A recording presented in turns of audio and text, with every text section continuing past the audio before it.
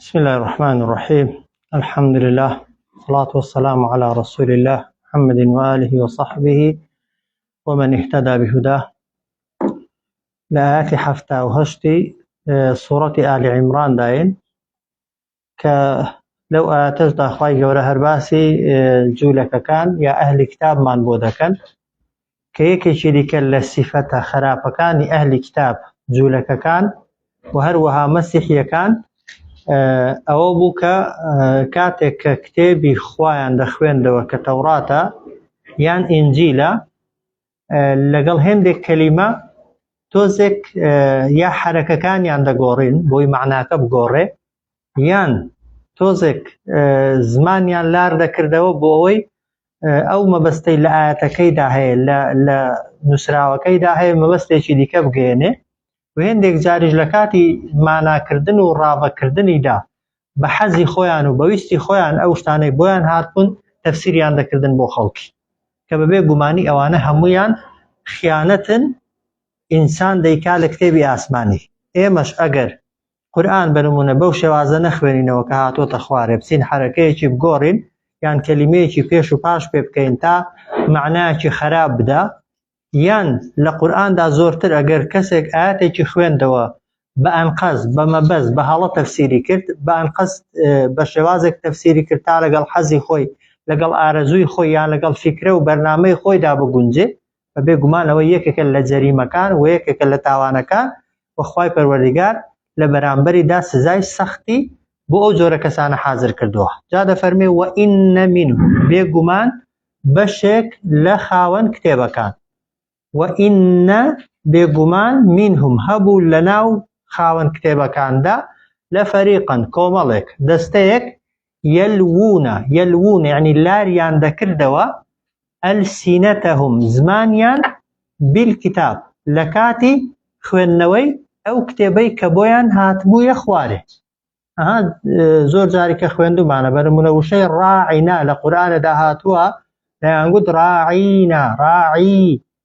ڕاعینا یعنی چاودێریمان کە ببە بە گەورەمان بەزەگە زمان لارکەیەوە ڕاعینا یعنی بوو بە خزمەتکارم لە بەرامبەر پێغەمبەریاندا وا دەگوت صلی الله عليه وسلم. خوای گەورە پێی گوتبوون بڵێن حیطەتون بڕۆنە قودس و بڵێن حیطە خوا گوناهمان لێ هەڵوەرێنە دەیانگوت حینتەتون یعنی خوا گەنممان بۆ بارێنە بە گاڵتە. خوای گەورە فەرمانی پێکردبوون بڵێن سەمیعنا و ئەطعنا سەمیعنا و ئەطعنا دەیانگوت سەمیعنا و عەسەینا دەیانگوت بە قسەت گوێت لێ دەگرین دوای ماوەیەکی دیکە دەیانگوت بەڵام بە قسەت ناکەیت. یان خوای گەورە باسی ڕەجمی زیناکەری پیا و ئافرەتی لەناو تەوراتدا جێگیر کردبوو بەڵام لە ڕاوەکردن و معناکردنیدا دەیانگوت لە کتێبی ئێمەدا ڕەجمکردن نییە. ئەگەر کەسێک زینای کرد تەنها دەبرێتە حەمام و هێندێک ئاوی پێدا دەکرێت بۆی خاوێن دەبێتەوە گوناهەکەی لەسەر نامێنێ. کۆمەڵێک دەستکاری دیکەی کتێبیشیان کردبوو جا هێندێک جار دەستکاری کەلیمەکانیان کردبوو هێندێک جار دەستکاری معنای کەلیمەکانیان کردبوو ڕاوەی کەلیمەکانیان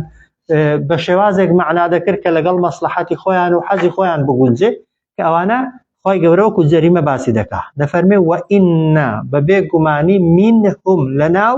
جوولەکە و مەسیحیەکاندا لە فەریقەن کۆمەڵێک هەن یەلوونە لار دەکەنەوە ئەلسینەتەهم زمانیان بالکتابی لە کاتی خوێندنەوەی کتێبەکەیاندا لتەحسەبوه تا ئێوە وا بزانن کە ئەوەی ئەوان دەیخوێندنەوە من الکتابی بەشێکە لەو کتێبەی کە بۆیان هاتۆتە خوارێ. بەڵام خوا دەفەرمێ وەما هوە من الکتابی ئاگادار بن ئەوەی کە ئەوان زمانی تێدا لار دەکەنەوە و خوار دەکەنەوە لە کتێبی خوای نییە، چونکە کتێبی خوای هیچ وشەیەکی تێدا نیە پێویستی بە منجە منج و منکە منک و یان ناڕوونی و ناشاراوەی تێدا بێ. خوای گەورە خوای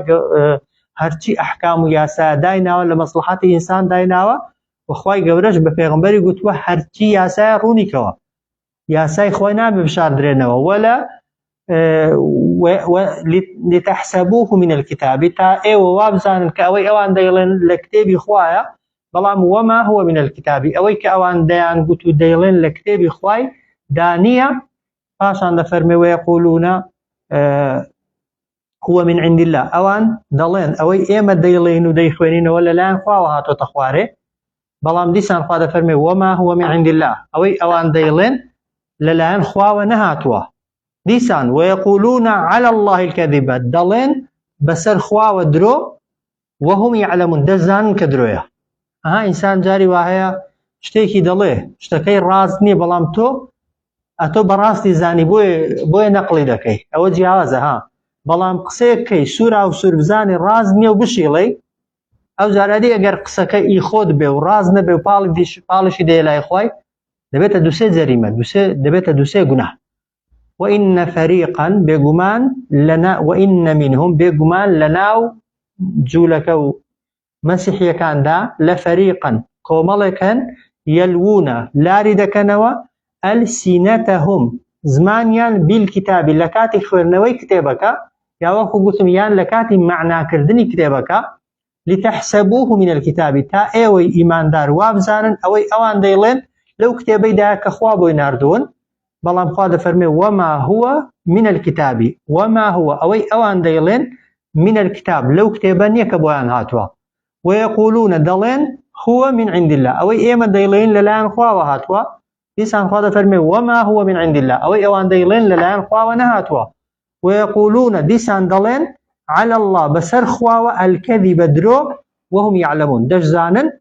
کە ئەوەی ئەوان دەیڵێن درۆیە و دەزانن سزا و عقوبەی درۆش لای خوای گەورە چەندە. ئەوە ئاەتی یەکەم. دواتر دەفەرمێ ما كان لبشر ڕێگە نەدراوە بە هیچ مرۆڤێک ڕەوانیە بۆ هیچ مرۆڤێک نەک پێغەمبەر هەرچی مرۆڤ بێ هەرچی بەشەر بێ ڕێگەی پێ نەدراوە ئەی یؤتیه الله الكتاب کە بۆی ناردبێ خوا کتێب پاشان والحکمە دانایی والنبووەتە پێغەمبەرایەتی ثم پاشان ئەو کەسەی کە کتێبەکەی بۆ هاتووە و پێغەمبەرایەتیەکەی بۆ هاتووە يقول للناس بڵێ بە خەڵکی كونوا خەڵکینا ببنە عبادا لي بەندەی من دون الله لە جیاتی خوا. وازەحا شتیوا دەبێ پێغەمبەران بۆ ئەوی هاتوون خەڵکی لە بەندایەتی بەندەکانەوە بکەنە بەندەی خوا. هەموو پێغەمبەران بۆ ئەوە هاتوون خەڵک بەتەنها خوا بپەرستێ. دەکرێت پێغەمبەر کتێبی بۆ هات بێت حکمت و دانایی بۆ هات بێت و هەڵبژێردراوی خوا بێ لە جیاتی ئەوەی خەڵکی فێری ئەوە بکە ببنە خوا پەرست ببنە پێغەمبەر پەرست ببنە شەخص پەرست ببنە کە ئینسان پەرست خوا دەفەرمێ نەک پێغەمبەران هەرچی بەشەرە هەرچی مرۆڤە ئەگەر کتێبی ئاسمانی پێگەیشت بێت و ئیمانی بە کتێبی ئاسمانی هێنابێ ڕێگەی پێنەدراوە و هەروەها ڕێگەشی پێنادرێ بە خەڵکی بڵێ خەڵکی ببنە بەندەی من لە جیاتی ئەوەی ببنە بەندەی خوا. بە هیچ شێوەیەکی شتیوانیە ئەدی ئەوانەی پێغەمبەرانن بە خەڵکیان گوتووە چی یان ئێمە کە شوێن کەوتەی پێغەمبەرانین و کتێبمان بۆ هاتووە دەی بە خەڵکی بڵێن چی دەی بڵێن خەڵکی وەرن ببنە عەبدی من ببنە کۆیلەی من وەرن تەنها بە قسەی من بکەن پێگومان وەلاکین بەڵکو پێغەمبەران سەلامی خوایان لێبێ گوتوویانە کونوا خەڵکی ببنە ڕەبانیین ڕەبانی یعنی خواناس کێیە ئەو کەسەیە کە عالمە خوای گەورە علمی پێداوە حکمت و دانایی پێداوە و هەروەها حلم و نەرمونیانی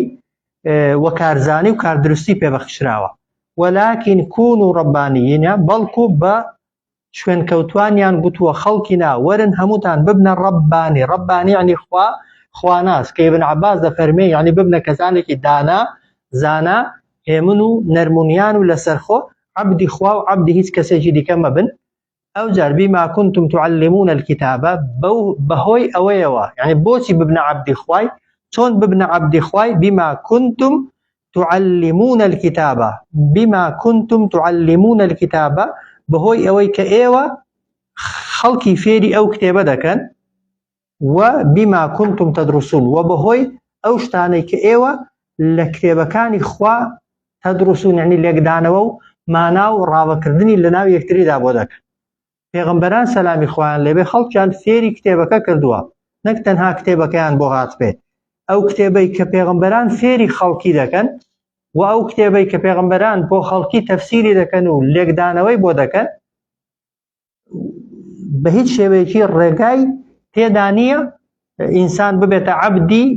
هیچ شخصێک تەنانەت پێغەمبەرانیش نەک ببیە عەبدی قەشە و پاپا و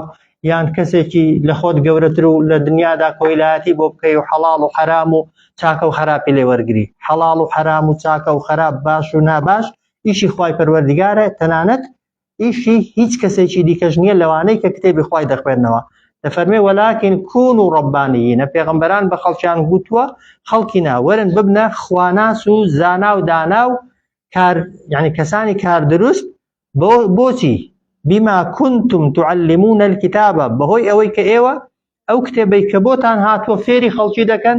وبما كنتم تدرسون، و بەهۆی ئەوەی کە ئێوە لێکدانەوە و ڕاوە بۆ ئەو کتێبە دەکەن کە لە خواوە بۆتان هاتووە. کەسێک کتێبی خوا فێری خەڵکی کات و ڕاوە و معنای کتێبی خوا بۆ خەڵکی کات و بە خەڵکیش بڵێ خەڵکی ناوەرن ببنە عەبدی من، وەرن ببنە بەندەی من، بە هیچ شێوەیەکی گونجاو نییە و ڕێگە پێدراو نییە. ما كان لبشر، ما كان يعني ڕەوانیە ڕێگەدراو نییە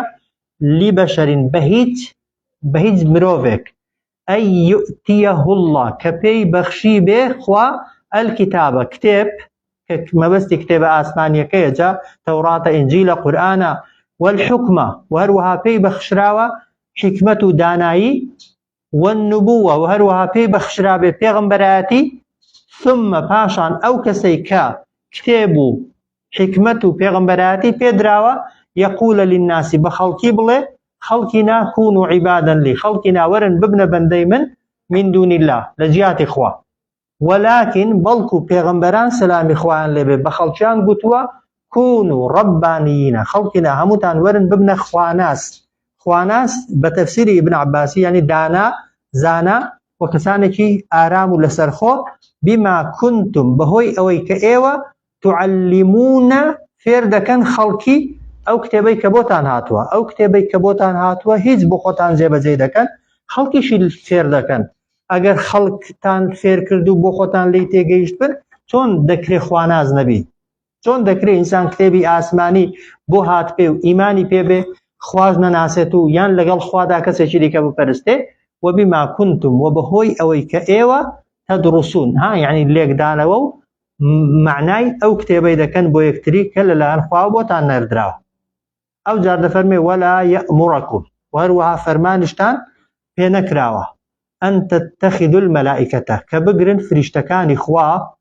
والنەبیینە و هەروەها پێغەمبەران ئەربابە بە پەروەردگاری خۆتان و بەخوای خۆتان. تەنانەت مەلائیکەت کە مەخلوقی بێگوناه نین بۆ ئەوەی نابن بیان کە عەبدی خوای. ئەو کەسەی کە مەلائیکەتی دەپەرستێ نعوذ بالله طبعا لەگەڵ ئەو کەسەی کە گوێرەکەیەکی دەپەرستێ وەکو یەک کافر دەبێت، چونکە عەبدایەتی تەنها حەقی خوایە. عەبدایەتی بۆ پێغەمبەرێکی بکەی وەکو عەبد پێدوا بێ پێغەمبەرێک خوایە نعوذ بالله یا کوڕی خوایە، لەگەڵ ئەوەی کە کەسێک تاغوتێک و ستەمکارێکی دەپەرستێ وەکو یەک کافر دەبن. معنە ئەوە نییە پێغەمبەرەکە و تاغوتەکە وەکو یەکن. خۆ پێغەمبەرەکە ئاگای لێ نییە کە خەڵک دەیپەرستێ، خەڵک عیسای دەپەرستێ و بەخوای دەزانێ، عیسا ئاگای لێیە؟ بێگومان نا. خەڵک مەلایکەتی دەپەرستێ، مەلایکەت ئاگایان لێیە؟ نا. زۆر جاریژە خەڵک دەچن قەبرێکی دەپەرستن، وایە کەسێکی مردوو دەپەرستن، هانا بۆ کەسێکی مردوو دەبن، کەسە مردووەکە گوناهبار دەبێ؟ نەخێر، کە بە زیندوی ڕازی نەبوو بێت، بە زیندوی خەڵکی فێر نەکرد بێت،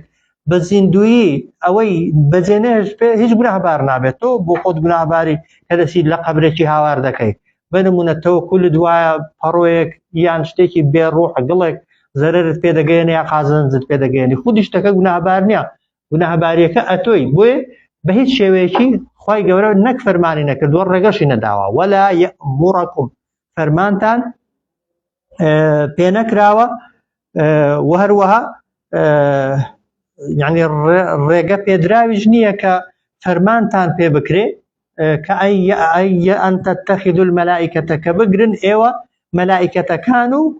والنەبیینە و هەروەها پێغەمبەرانیش بە ئەربابن جگە لە خوای. ئەوە پێغەمبەران و مەلائیکەتەکان دروست نییە بکرێنە خوا. ئەی قەشە و پاپایەتی بێدین کە کاتی خۆی ئیمانیان بە دینە ئەسڵەکەی خۆشیان نەبووە، کەسێکی یان مولحیدی خوانە ناس حەڵاڵت بۆ حرام کات و حرامت بۆ حەڵاڵ کات و ڕێگای دنیا و قیامەتت بۆ دانەوە تۆش بە دوای کەوی. ئەوە ولا یەأمرەکم و هەروەها یعنی ڕەواج نییە کە فەرمانتان پێ بکەن پێغەمبەران سەلامی خوایان لێبێ کە ئەن تەتەخیدوا المەلائیکەتە ئێوە بگرن فریشتەکان و والنبيين پیغمبرانی خوا بأرباب بپروردگار و بخوای خوتان. جا خوا دەفەرمێت ئەمڕکم بالکفر ئایا خوای گەورە یا پێغمبەران سەلامی خوایان لێبێ دەکرێ فەرمانتان پێ بکەن شتێککەن کە بێ باوەڕیا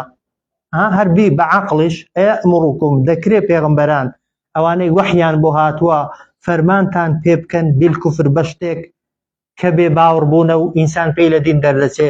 بعد إذ أنتم مسلمون دوای ئەوەی کە ئێوە بوون بە مسلمان ئەوە لە عەقڵیشدا جێ دەبێتەوە بێگومان نا ئەمڕکم ئایا دەکرێ پێغمبەران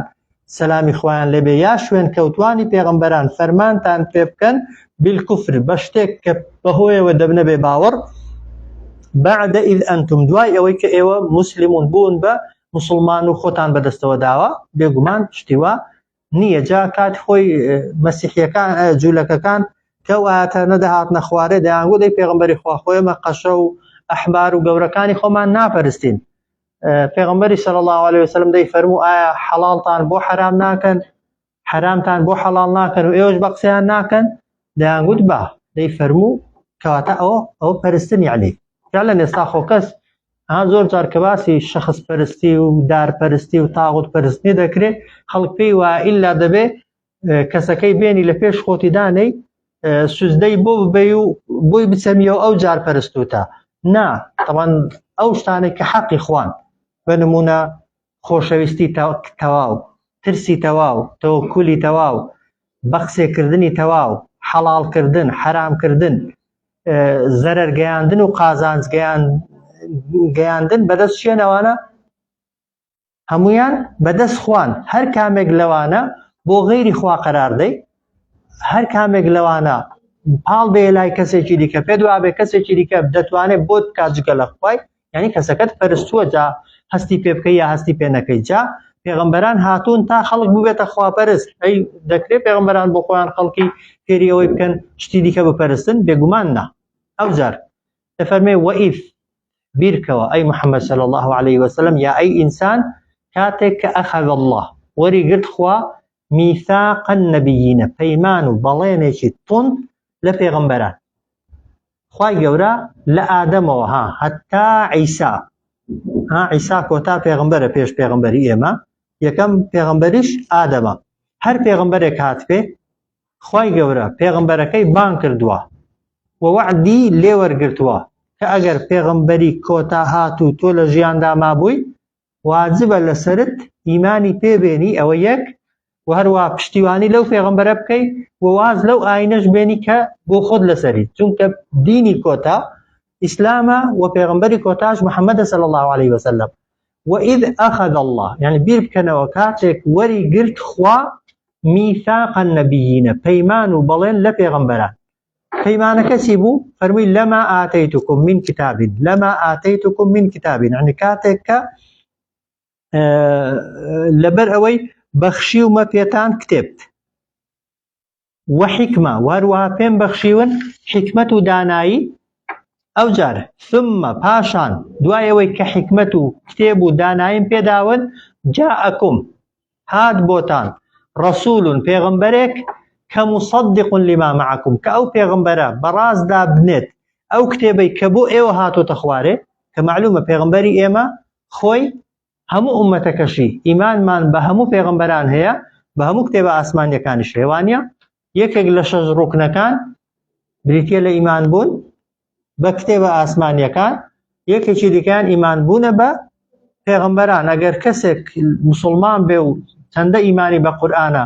هەمان ئیمانیشی بە تەورات و ئینجیل و زەبور و سحوفی ئیبراهیم و کتێبە ئاسمانیەکان دیکە نەبێ کافرە لە دین دەردەچێت چۆن ئیمانمان بۆ هەیە محەممەد پێغمبەرە سەلامی خوای لێبێ ئەگەر ئیمانمان بە پێغمبەراتی ئیبراهیم و نوح و ئادەم و ئیدریس و هەر پێغمبەرێکی دیکە نەبێت کە ناوی هاتووە یان نەهاتووە پێی کافر دەبین. خوای گەورەش هەمان پەیمانی لە پێغمبەرانی پێشووتریش وەرگرتە بوو فەرمووی